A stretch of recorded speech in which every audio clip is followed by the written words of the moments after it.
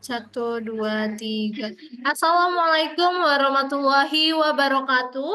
Selamat pagi dan salam sejahtera untuk kita semua. Selamat pagi juga kepada Pak Jenji Gunayadi Argo SEMM Klip CAEC selaku dosen dari mata kuliah Manajemen Operasional kelas A Fakultas Ekonomi dan Bisnis UPN Veteran Jakarta. Jadi izinkan kami dari kelompok 2 untuk mempresentasikan hasil dari penelitian kami mengenai manajemen pemeliharaan dan penerapannya pada Kopitalevu dengan judul analisis kami yaitu analisis manajemen pemeliharaan dan penerapannya pada Kopitalevu serta pengaruhnya pada kualitas dari produk Kopitalevu itu sendiri. Next. Mungkin izinkan kami untuk memperkenalkan diri kami terlebih dahulu. Nama saya Nila Agustina Sani Arum dengan NIM belakang 092.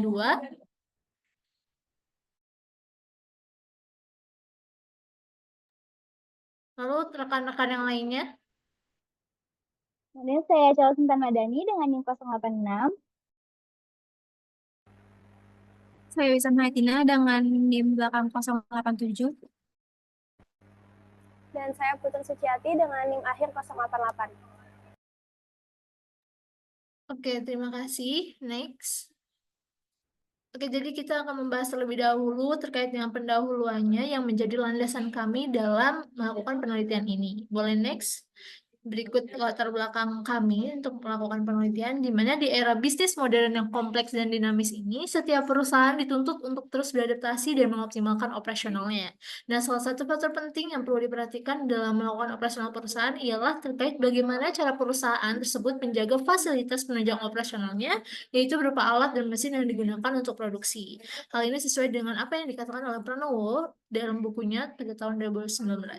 Nah, dari manufaktur, transportasi, hingga penerbangan, semua industri bergantung pada pemeliharaan yang baik untuk menjaga keberlanjutan operasi mereka.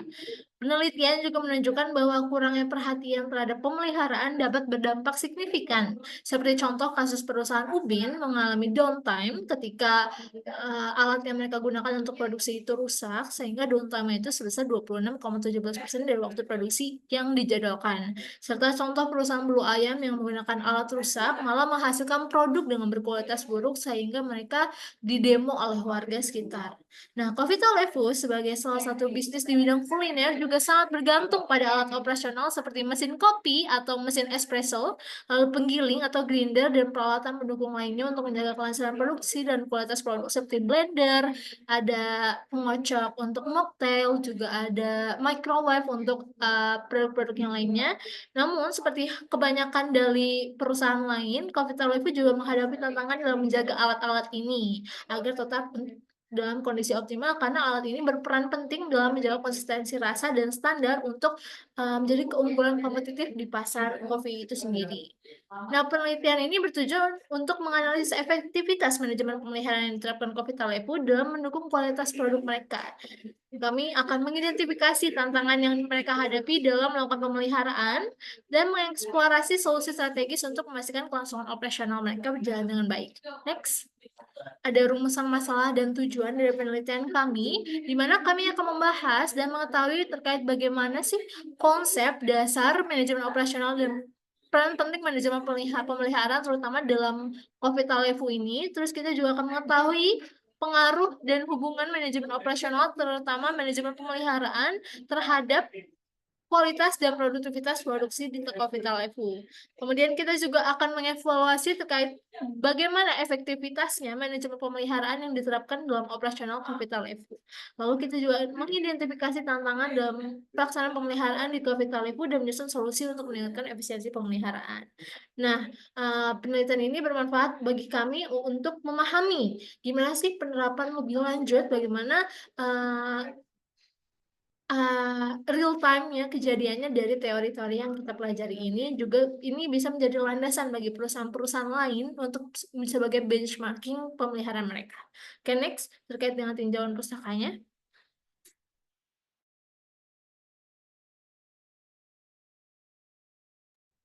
Selanjutnya ada pengertian dari manajemen itu sendiri yang merupakan suatu upaya terarah yang dilakukan untuk mencapai tujuan dengan mendayagunakan orang lain dan menggunakan tahapan proses yang terorganisir dengan pembagian peran yang jelas serta memanfaatkan kontribusi dari individu, dana, aset, dan sumber daya lainnya secara optimal menurut Jugi dan kawan-kawan pada tahun 2020.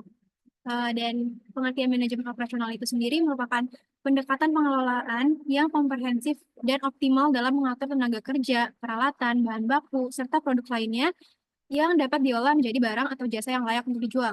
Lalu manajemen pemeliharaannya itu merupakan pengelolaan pekerjaan pemeliharaan yang dilakukan melalui proses perencanaan, pengorganisasian, dan pengendalian operasi untuk meningkatkan kinerja fasilitas industri.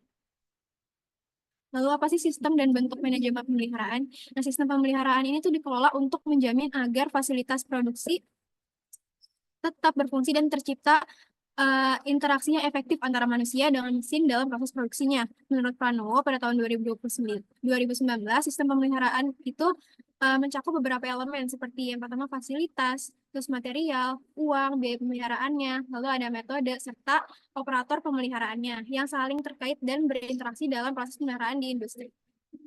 Lalu tujuan pemeliharaan di perusahaan itu sendiri menurut Japan Institute of Plant Maintenance dan konsultan TPM India, sistem manajemen pemeliharaan memiliki beberapa tujuan utama. Yang pertama, memperpanjang umur fasilitas produksi sehingga investasi perusahaan dapat bertahan lebih lama dan memberikan nilai tambah yang lebih besar. Lalu memastikan juga ketersediaan fasilitas produksi selalu dalam kondisi optimal agar proses produksi dapat berjalan tanpa kendala. Lalu yang ketiga, menjaga kesiapan fasilitas untuk menghadapi kebutuhan operasional yang darurat. Dan yang terakhir, menjaga keselamatan operator dan pengguna fasilitas.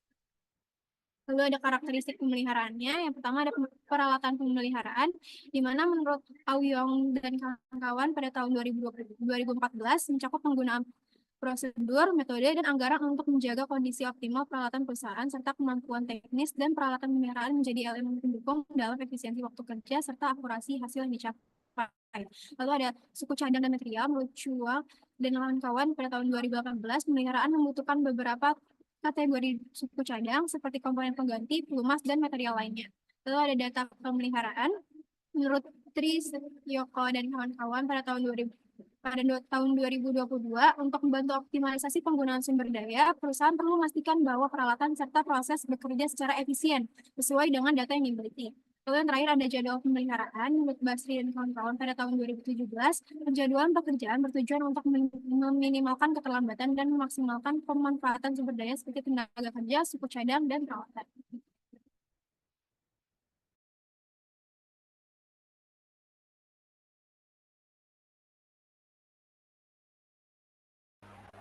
Baik, selanjutnya ada komponen dan proses pemeliharaan. Menurut Al-Turki pada tahun 2011 dalam Pranowo 2019, proses pemeliharaan berpengaruh terhadap tingkat ketersediaan fasilitas produksi, laju produksi, kualitas produk akhir, biaya produksi, dan keselamatan operasional. Adapun komponennya meliputi fasilitas atau mesin, terus penggantian komponen yaitu material, biaya perawatan, money, perencanaan kegiatan pemeliharaan atau metode yang akan digunakan, dan yang terakhir itu adalah operator pemeliharaan yaitu manusia atau man. Lalu untuk proses pemeliharaan harus memastikan ketepatan waktu pengiriman produk serta menjaga agar fasilitas dan peralatan tetap efektif, efisien, dan terhindar dari kerusakan atau zero breakdown. Nah, diantaranya itu ada inspeksi, yaitu proses pemeriksaan mesin untuk memastikan kondisi, lalu ada layanan atau servis, yaitu tindakan yang biasanya itu dijadwalkan untuk pemeliharaan mesin, lalu adanya penggantian atau replace, yaitu tindakan untuk mengganti komponen alat yang rutin atau terjadwal, serta perbaikan atau repair, yaitu tindakan perbaikan ketika terjadi kerusakan kecil, serta overhaul atau tindakan perbaikan dalam skala yang lebih besar.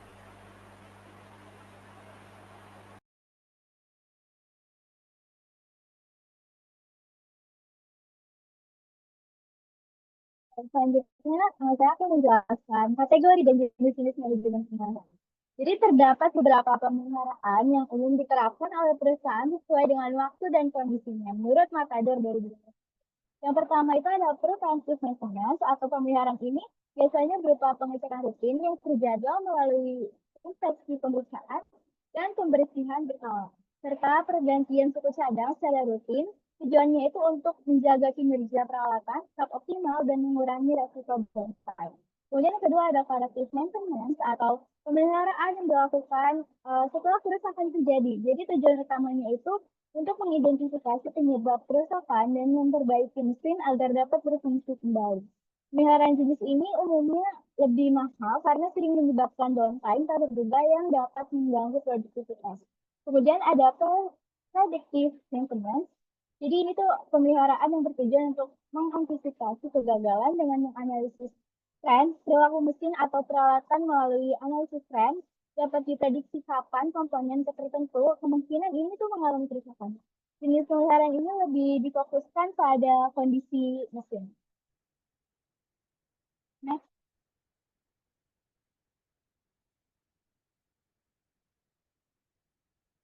Kemudian ada teknik analisis keuangan atau kerusakan.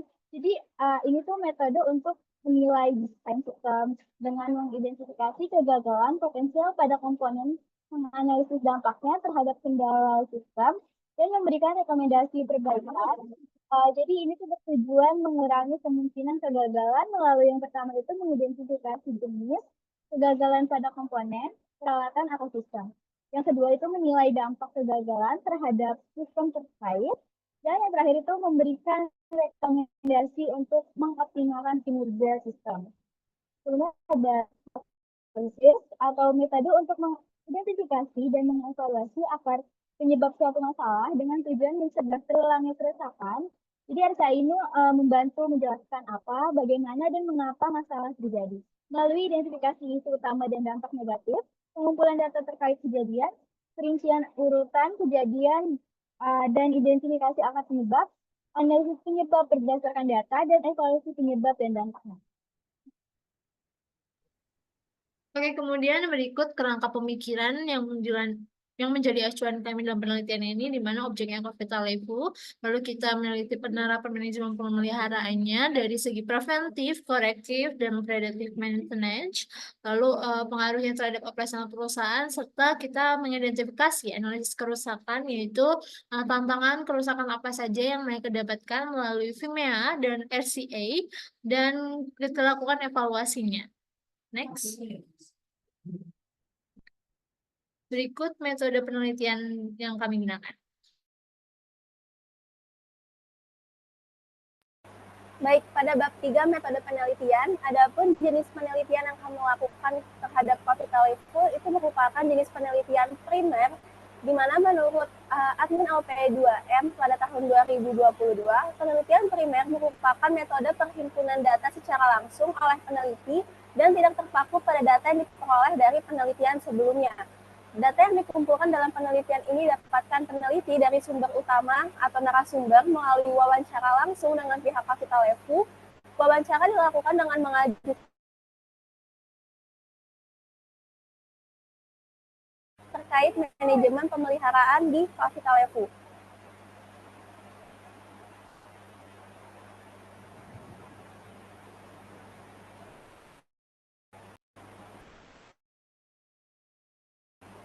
Adapun objek dan subjek penelitian ialah membahas terkait pengaruh manajemen pemeliharaan terhadap kualitas produk di capital level. Bertujuan mengetahui secara lebih mendalam bagaimana kualitas mesin, prosedur pemeliharaan kebersihan, serta penggunaan alat yang tepat dapat berpengaruh terhadap konsistensi rasa dan kualitas produk yang disajikan. Sementara subjek kami adalah capital level yang berlokasi di Plaza The Minimalist, tepatnya di Blok B nomor 5 Jalan Pramuka, Sepanjang Jaya, Kecamatan Rawalumbu, Kota Bekasi, Jawa Barat.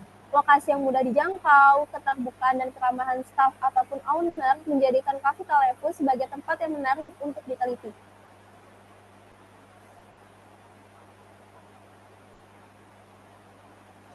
Selanjutnya adalah instrumen dan teknik pengumpulan data. Pengumpulan data dilakukan dengan melakukan observasi atau mengamati langsung pemeliharaan peralatan di capital level, serta melakukan wawancara dengan mengajukan sejumlah pertanyaan terkait untuk mendapatkan keterangan yang diperlukan. Pihak capital level juga menjelaskan tentang sistem pengoperasian mesin dan alat-alat yang ada, termasuk cara pemeliharaan dan kebersihannya. Hasil dari kegiatan wawancara dan penjelasan direkam oleh peneliti sebagai bukti dan data yang valid untuk kemudian dapat digunakan dalam penyusunan makalah penelitian.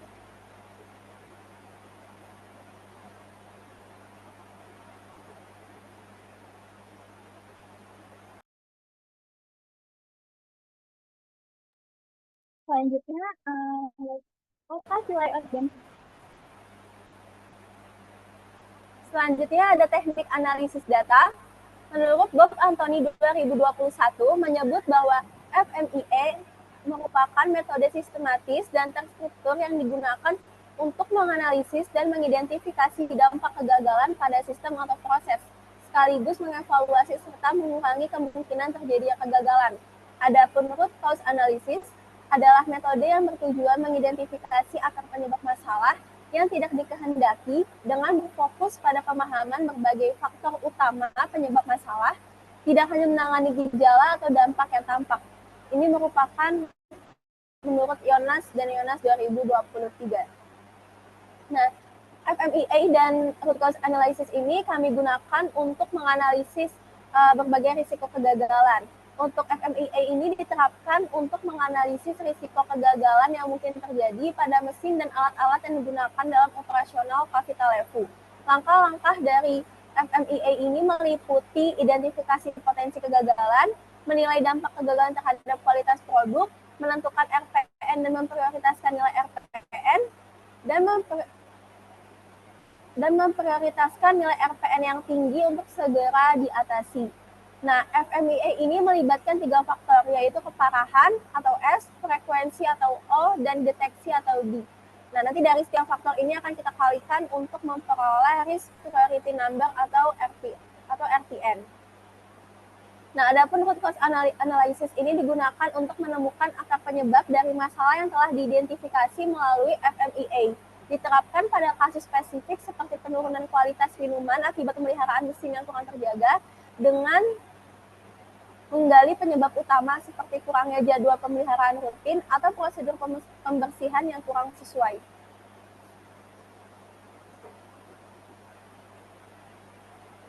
Nah, baik untuk time schedule dan tugas anggota, kami mulai menentukan objek dan subjek penelitian itu di minggu kedua bulan September, lalu melakukan perencanaan pelaksanaan PJBL, itu juga dimulai pada minggu kedua bulan September, lalu pembagian tugas dan job desk. Selanjutnya, kami mulai menyusun proposal untuk mitra di minggu keempat bulan September dan minggu pertama di bulan Oktober, yang dilakukan oleh Putri, terus melakukan kemudian pengajuan proposal kepada mitra Capital-Evu oleh Mila pada minggu awal bulan Oktober, lalu penyusunan makalah, bahan ajar materi untuk manajemen pemeliharaan pertemuan 12 oleh kami semua, dimulai pada minggu pertama bulan Oktober hingga minggu keempat bulan Oktober. Lalu pelaksanaan penelitian di Capital-Evu, pembagian tugas seperti video oleh Chelsea dan Putri, wawancara oleh Mila dan Wissam, itu di minggu keempat bulan Oktober. Lalu di minggu ketiga bulan Oktober, lalu penyusunan output PJBL, makalah penelitian oleh Mila di minggu kedua dan minggu ketiga bulan November, penyusunan output PJBL PowerPoint oleh Wissam di minggu ketiga bulan November, dan selanjutnya penyusunan output PJBL video, presentasi hasil output PJBL di minggu keempat bulan November, serta pembuatan artikel oleh Chelsea di minggu ketiga dan minggu keempat bulan November. Lalu untuk pembagian tugas anggota dapat dilihat lebih lengkapnya di sini. Nila sebagai Ketua, Nila Agustina Setianing Arum dengan NIM 092 sebagai Ketua Kelompok, PIC Makalah Materi dan Penelitian, serta narah hubung dan pewawancara dengan Capital-Evu. Lalu Chelsea Intan Madani dengan NIM akhir 086 itu menyediakan keperluan penelitian, lalu juga sebagai PIC artikel penelitian, serta merekam dan mendokumentasikan penelitian. Lalu Wissam Hayatina dengan NIM akhir 087 sebagai PIC PPT penelitian, sebagai pewawancara, serta melakukan observasi dan mencatat hasil wawancara. Selanjutnya ada Putri Suciati dengan NIM akhir 088 sebagai PIC proposal untuk mitra, lalu sebagai PIC PPT presentasi untuk pertemuan 12, serta merekam wawancara dan mengedit video PJBL. Oke, kemudian dalam bab ini kami akan memaparkan hasil penelitian kami terhadap keseluruhan operasional dari Coffee-to-Life itu sendiri, mulai dari profil Coffee-to-Life, produk dan layanan yang mereka tawarkan, bagaimana manajemen pemeliharaannya, dan proses dalam penyajian produknya, kemudian dari segi layoutnya juga, serta peramalan dan pengelolaan bahan baku mereka. Kemudian kami akan melakukan evaluasi terhadap penelitian tersebut.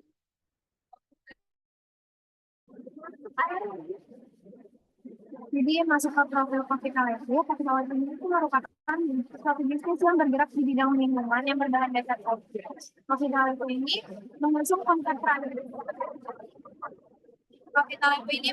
konsep Prancis yang berdiri di Indonesia, yang didirikan pada tahun 2021 lalu, yang berarti sudah beroperasi selama 3 tahun. Jam operasional dari Coffee-to-Life ini sendiri sangat ideal dan efisien, yakni dibuka dari pukul 7 pagi hingga pukul 22 atau pukul 10 setiap harinya.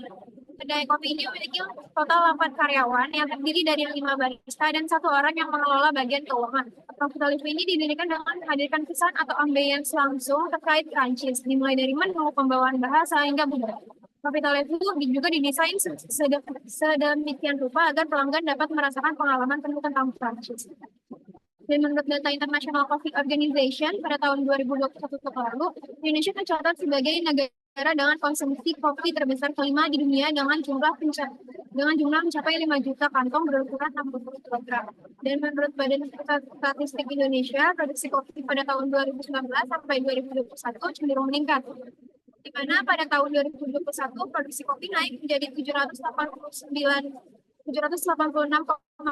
ribu ton atau meningkat sebesar 3,12%. Lalu konsep dari Coffee-to-Life ini memanfaatkan inspirasi dari budaya Prancis untuk menciptakan suasana yang unik dan berbeda sehingga dapat menonjol di tengah kompetisi yang semakin ketat. Suasana yang nyaman, tata letaknya efektif dan efisien, nuansa yang elegan dan klasik khas Prancis yang diterapkan dalam desain, konsep ruangan, interior yang digunakan, serta menu menjadi nilai tambah yang membuat Coffee-to-Life menonjol dari pesaingnya. Tagline We Brew You Talk mencerminkan upaya Coffee-to-Life untuk tidak hanya menjadi tempat kopi, tetapi juga menjadi ruang interaksi sosial yang aktif sehingga menciptakan atmosfer yang hangat hingga menambah nilai tambah terhadap Coffee-to-Life. Lalu lokasi dan fasilitas, di mana Coffee-to-Life ini berlokasi di Plaza The Minimalist Blok B nomor 5 Jalan Pramuka, RT 4 RW 3, Kecamatan Rawalumbu, Kota Bekasi, Jawa Barat. Di mana lokasi ini sangat strategis dan memiliki area parkir yang luas dekat dengan pintu masuk. Dan kapasitas tempat duduknya ini luas, mencapai 50 kursi yang tersebar di 2 lantai dengan area indoor dan juga outdoor. Fasilitas lainnya ada meja dan kursi kayu, ada AC, wifi gratis, kamar mandi yang tentunya bersih dan juga nyaman, ada beberapa charging station di beberapa kursi dan bangkunya, dan ada beragam metode pembayaran seperti QRIS, GoPay, OVO, Dana, dan juga ada pembayaran tunai serta bank lainnya. Menu yang ditawarkan dari Coffee-to-Life, dimulai dari pengertian menu itu sendiri. Menurut Targan pada tahun 2020, penyajian menu merupakan bagian penting dari pemasaran internal dan sebagai nilai jual bagi restoran untuk menjual makan dan minuman kepada pelanggan. Beragam menu tentunya akan dapat memudahkan pelanggan dalam menentukan makanan yang sesuai dengan seleranya. Menu juga dapat mengkomunikasikan jenis layanan yang diinginkan dan mencerminkan fasilitas yang akan dinikmati oleh pelanggan. Sebenarnya di sini bisa dapat dilihat beragam minuman dan makanan yang disajikan oleh Coffee-to-Life, dan yang best seller itu ada kopi sisal dan juga ada es kopi susu Paris. Masuk ke harga dan metode pembayaran, di mana harga makanan dan minuman di Coffee-to-Life ini dirancang sangat terjangkau dengan kisaran harga antara 17.000 hingga 40.000. Proses pembayarannya itu ditawarkan oleh Coffee-to-Life juga beragam sehingga dapat memudahkan pelanggan dengan segala jenis perbedaan jenis pembayaran setiap orangnya, mulai dari tunai, debit, dan beberapa model banking seperti GoPay, OVO, dan Dana. Tujuannya untuk memberikan kenyamanan lebih dalam fleksibilitas pembayaran pelanggan Coca-Cola. Oke, kemudian kita memasuki manajemen pemeliharaannya. Jadi di sini ada beberapa alat serta pemeliharanya seperti apa. Yang pertama itu ada mesin espresso dengan merek Nuova Simonelli Appia Live S. Fungsinya membuat minuman berbasis espresso seperti cappuccino dan latte dengan perawatan yaitu pembersihan group head, shower screen, dan portafilter setiap hari, tepatnya setiap malam sebelum tutup. Kemudian kuras boiler juga setiap malam, cek tekanan pompa dan suhu boiler mingguan. Jadi mesin espresso ini perlu dilihat juga apakah airnya itu suhunya itu tetap stabil dan menggunakan stabilizer juga untuk menjaga alur listrik tetap stabil ini. Yang kedua ada stabilizer untuk mesin espresso. Fungsinya untuk menjaga kestabilan arus listrik untuk melindungi mesin dari fluktuasi tegangan. Karena kalau tidak pakai stabilizer itu air yang keluar dari mesin espresso itu bisa terlalu banyak. Jadi stabilizer ini untuk controlling juga. Lalu perawatannya itu pembersihan ventilasi mingguan, cek kabel bulanan, dan uji kemampuan stabilisasi setiap 6 bulan. Khawatir tiba-tiba mati juga, jadi perlu maintenance. Lalu yang ketiga ada grinder coffee dengan merek Nuova Simonelli MDJ. Fungsinya menggiling biji kopi untuk menghasilkan bubuk dengan konsistensi yang optimal. Nah, perawatannya itu pembersihan hopper harian atau kayak semacam pisaunya yang untuk menghaluskan biji kopi tersebut, lalu pemeriksaan burst dan motor grinder skala berkala. Untuk burst ini pisaunya, kalau hopper itu untuk penyimpanan dari si biji kopi itu sendiri untuk turun ke bawahnya serta kalibrasi ukuran gilingan rutin. Jadi melalui itu kita bisa tahu apakah hasil bubuk kopi yang dihasilkan itu sesuai dengan pertama kali baru beli gitu. Jadi di maintenance, diawasi terus setiap hari. Dan ini pembersihannya juga setiap malam sebelum tutup. Kemudian ada kettle elektrik yaitu Timemore dengan merek Timemore. Fungsinya memanaskan air untuk keperluan minuman. Perawatannya itu pencucian luar dan dalam setiap selesai digunakan. Lalu pembersihan kerak bulanan, penggantian ketika rusak. Jadi dari Talepo sendiri itu untuk yang kecil-kecil ukurannya atau yang masih bisa dibeli murah, kan itu mereka cenderung untuk membelinya kembali, membeli baru. Untuk kayak mesin espresso dan stabilizer dan freezer itu serta kompor listrik mereka akan maintenance kayak di benerin lah kalau ada rusak kecil. Nah, kemudian ada kompor listrik. Fungsinya untuk memasak menu makanan. Tadi juga disebutkan produk terkait makanannya ada Light Bites dan yang makanan besar juga. Ini perawatannya itu pencucian seluruh permukaan setiap selesai digunakan, pembersihan kerak mingguan jika ada keraknya, lalu penggantian ketika rusak atau pengecekan kabel bulanan. Jadi kompor listrik, kettle, blender, shaker itu dibersihkan setiap habis digunakan. Nah, microwave fungsi untuk memanaskan makanan tuh pembersihannya setelah digunakan juga, namun tidak dicuci ya, mungkin hanya dibersihkan sela-sela atau wadahnya yang kotor, biar tidak terjadi penumpukan sisa makanan yang menimbulkan bakteri. Terus periksa seal pintu dan panel kontrol berkala biar tidak ada suhu yang atau udara kotor yang masuk ke microwave tersebut. Nah, freezer fungsinya untuk menyimpan es krim dan bahan makanan pada suhu minus 80 derajat sampai 20 derajat. Minus 20 derajat. Nah, pembersihannya itu seperti pembersihan bunga esnya dan pembersihan freezernya dari kotoran-kotoran secara mingguan, terus defrost bulanan, dan cek sistem pendingin apakah berfungsi sama seperti pertama beli tiap 3 bulan. Nah, terus blender ini untuk membuat minuman blender seperti cookies and cream. Nah, pembersihannya seperti pembersihan pisau dan wadah blender setiap selesai digunakan, terus periksa ketajaman pisau secara rutin. Nah, shaker ini untuk mencampur minuman seperti coffee mocktail. Pembersihannya dengan setelah digunakan, terus periksa juga penutupnya apakah tetap kuat. Gitu. Next.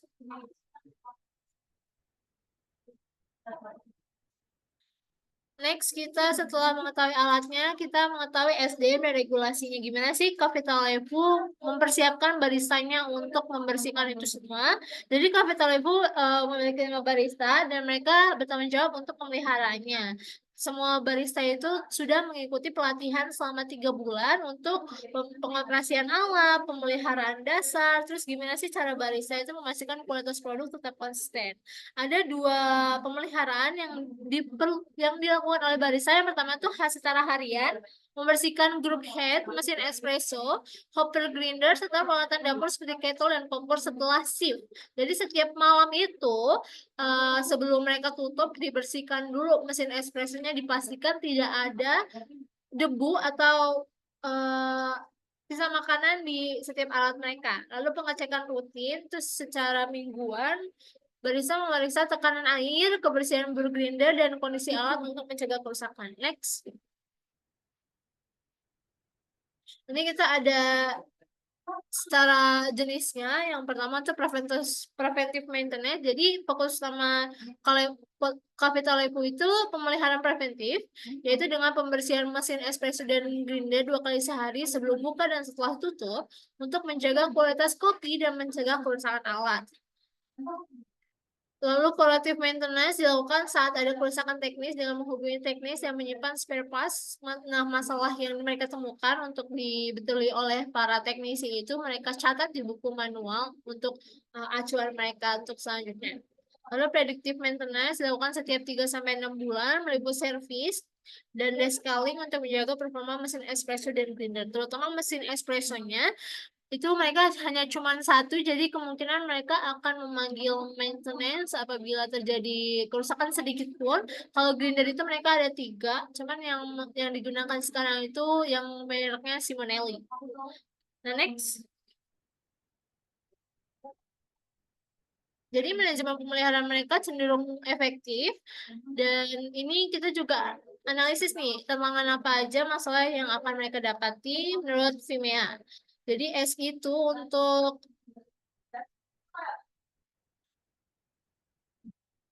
S itu untuk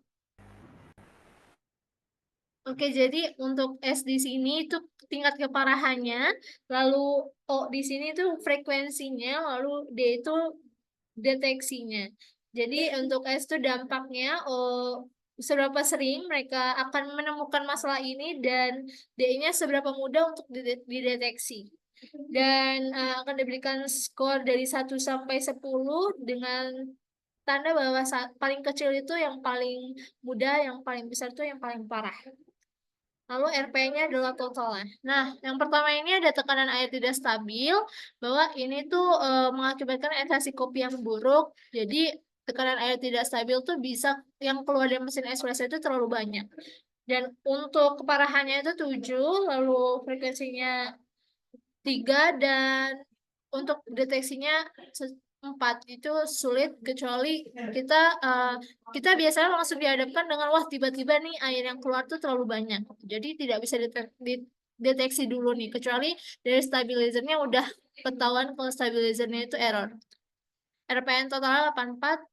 Masalah kedua pada mesin espresso itu ada fluktuasi suhu ekstraksi. Suhu yang tidak konsisten ini dapat menyebabkan inkonsisten kualitas dan rasa kopi. Jadi kayak suhunya bisa yang keluar dari mesin itu bisa tidak panas karena error. Normalnya itu harus panas. Dan ini bisa menyebabkan kualitas dan rasa kopinya itu jadi berbeda gitu. Fluktuasi ini sering kali terdeteksi melalui perubahan rasa serta tingkat kepanasan dari hasil minuman mereka.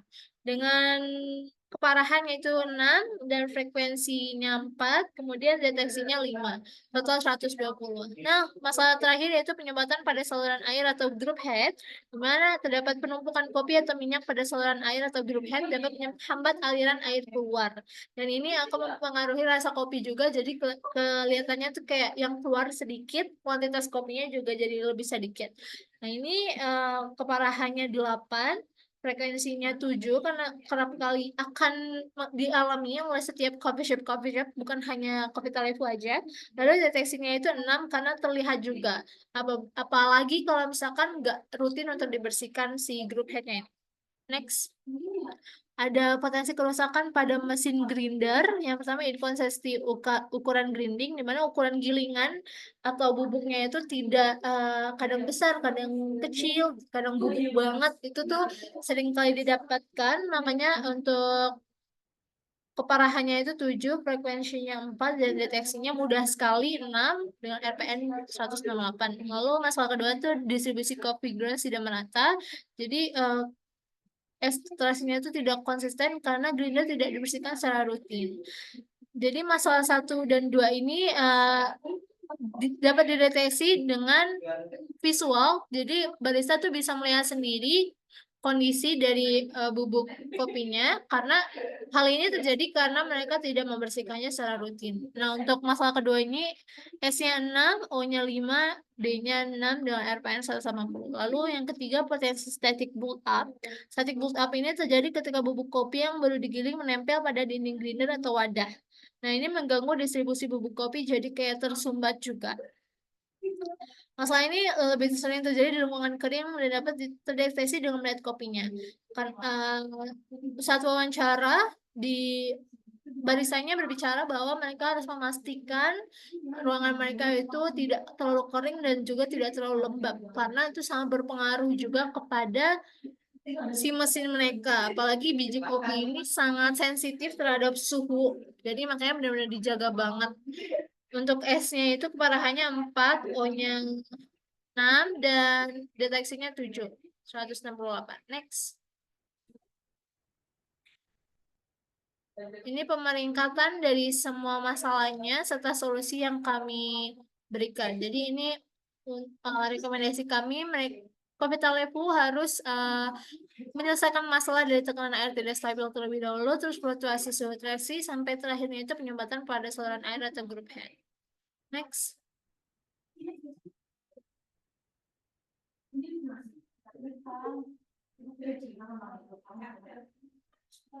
Oke, kemudian ada analisis isu dari menggunakan root cause analysis. Yang pertama itu ada isu terkait dengan inkonsistensi kualitas ekstraksi kopi.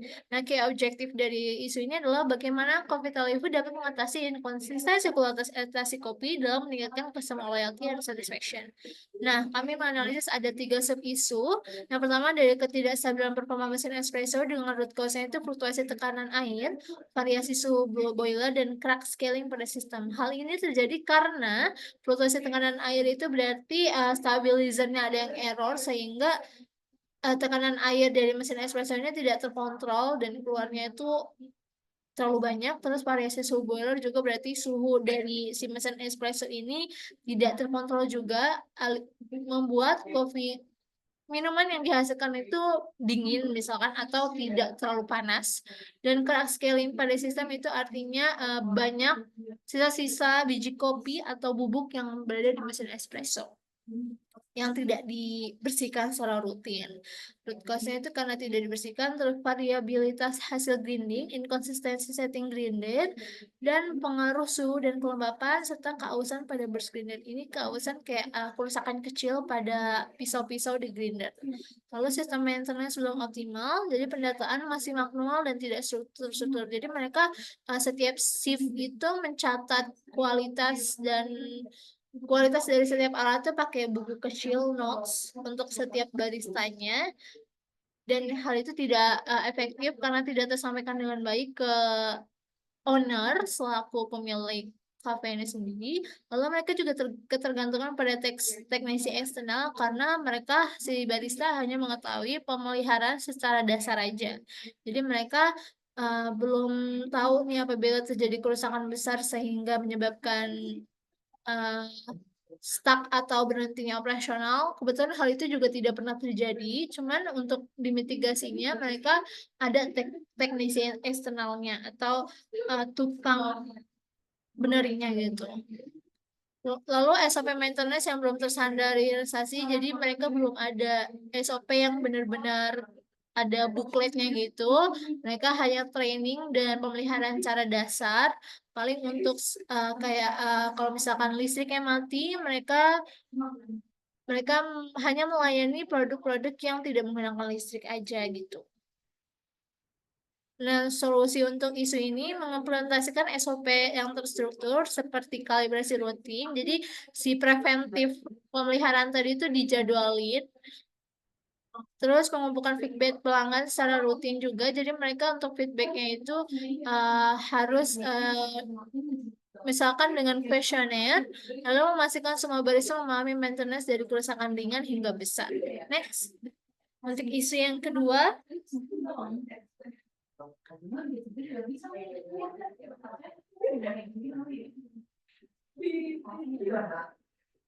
isu yang kedua ada resiko downtime operasional terkait dengan bagaimana Coffee-Talibу mengurangi resiko downtime ini untuk meminimalisir potensi kerugian finansial dan satisfaction. Tadi juga disebutkan apabila mereka mati listrik.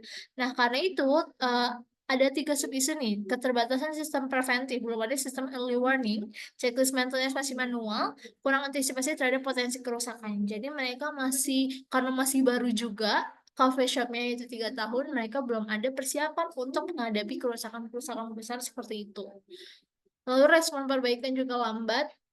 Mereka tuh tergantung pada teknisi luar, dan untuk mesin espressonya juga cuma ada 1, jadi mereka sangat benar-benar menjaga banget pembersihan secara dasar. Tapi mereka belum ada backingan nih apabila terjadi kerusakan. Lalu proses pendataan masih manual, koordinasi maintenance juga tidak efisien. Jadi tadi karena masih manual, tidak tersampaikan kepada keseluruhan operasional manajemen dari Coffee-Talibу.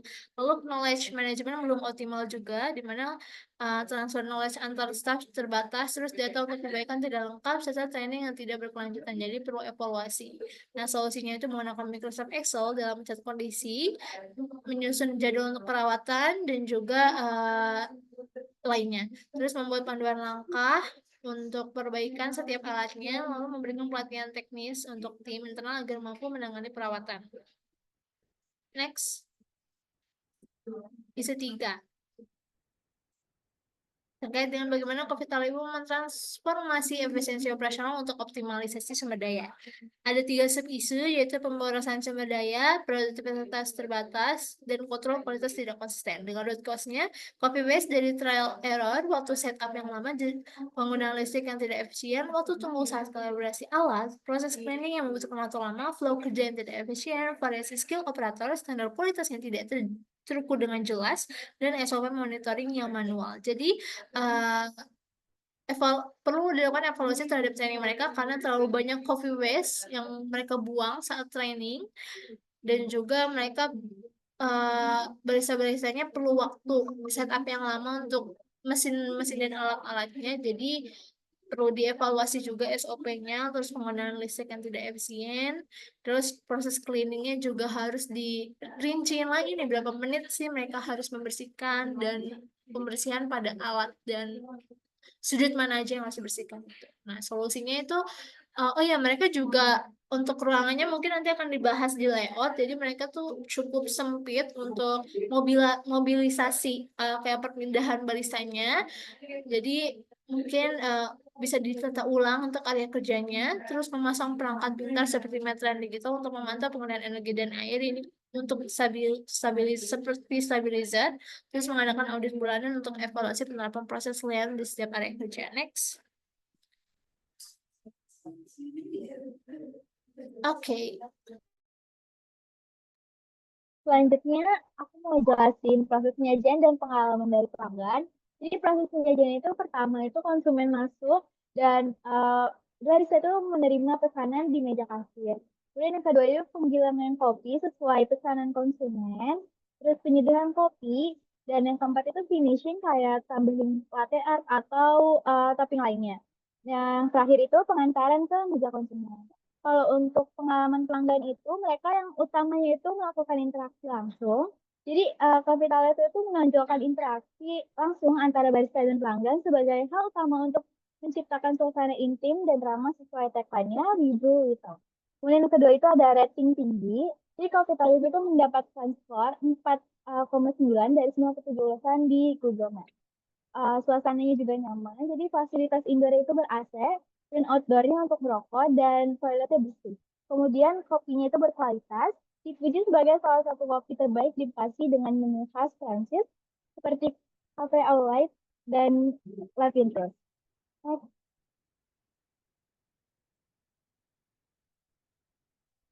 Nah, untuk penjelasan alokasi layout dan suasananya, lokasinya sendiri itu mereka ada di Kalden Minimalis Blok B, nomor 5, Jalan Pramuka, Rawalumbu, Bekasi. Nah, layoutnya itu kapitalis memiliki tata ruang 2 lantai yang optimal meskipun berada di area ruko terbatas. Di lantai dasar itu ada meja kasir, area barista, dan ruang duduk minimalis dengan stop kontak untuk pelanggan yang bekerja. Di lantai 2 itu area duduknya luas dengan AC dan WiFi, cocok untuk belajar atau rapat, serta area outdoor untuk pelanggan yang merokok. Kemudian ada fasilitas tambahan seperti wastafel dan toilet yang terletak strategis untuk kenyamanan pelanggan. Nah, suasananya itu di Cafe House itu mengusung konsep desain Prancis modern dengan warna hitam dan putih, menciptakan suasana elegan dan minimalis, pencahayaan lembut dan furnitur ergonomis menciptakan kenyamanan, menjadikan kafe ini tempat ideal untuk bersosialisasi atau bekerja, baik di area indoor ber-AC maupun outdoor yang luas.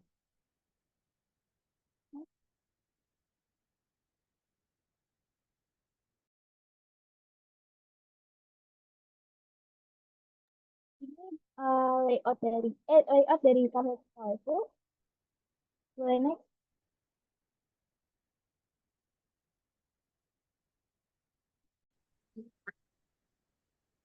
Oke, jadi kita memasuki peramalan dan pengelolaan stoknya. Yang pertama itu dari pengelolaan bahan bakunya, ada bahan baku utama dan bahan baku pendukung. Jadi pemasaran biji kopi dilakukan selama 2 sampai 3 kali per bulan berdasarkan kebutuhan menu bestseller mereka. Jadi mereka tuh mengacu pada pembelian atau penjualan dari batch yang sebelumnya. Lalu penggilingan kopi yang mereka lakukan juga fresh, jadi digiling setiap pesanan untuk menjaga kualitas rasa dan aromanya. Terus mereka juga tidak menyimpan stok bubuk kopi untuk mengurangi resiko penurunan kualitas. Nah, bahan baku pendukung seperti fresh milk dan sirup dan flavoring mereka simpan di freezer dengan kontrol suhu ketat dan dipantau secara berkala. Terus dikelola juga dengan pemesanan efisien dan fokus pada stok jangka panjang untuk menjaga kualitas. Nah, pengaturan stok bahan utama untuk yang spesial, untuk bahan lokalnya, dan untuk yang high frequency order yang paling sering di order itu ada fresh milk dan biji kopi. Jadi mereka mengelolanya dengan sistem FIFO dan pemantauan suhu untuk mengurangi kerusakan. Untuk biji kopi juga pemesanan 2 sampai 3 kali per bulan, disimpan di tempat dengan suhu dan kelembapan stabil. Terus bahan impornya itu mulai dari sirup dan tea variants dan biji kopi Arab dipesan dalam jumlah besar untuk efisiensi biaya dan masa simpan yang panjang. Lalu untuk tantangan dari pengelolaannya itu ada karena mereka mengelola lebih dari 30 jenis menu dengan bahan baku yang sama dan cepat rusak juga, serta ini juga berpengaruh pada fluktuasi permintaan pelanggan. Jadi mereka perlu melakukan sistem FIFO untuk bahan yang cepat rusak dan penggilingan kopi sesuai pesanan, dan pemeliharaan alat secara rutin juga untuk menjaga kualitas bahan dan peralatan. Selain itu juga mereka harus menjaga kebersihan dari ruangan mereka. Next. Oke, mungkin sekian untuk analisis penelitian kami. Ini kami langsung menutup dengan kesimpulan dan saran dari kami.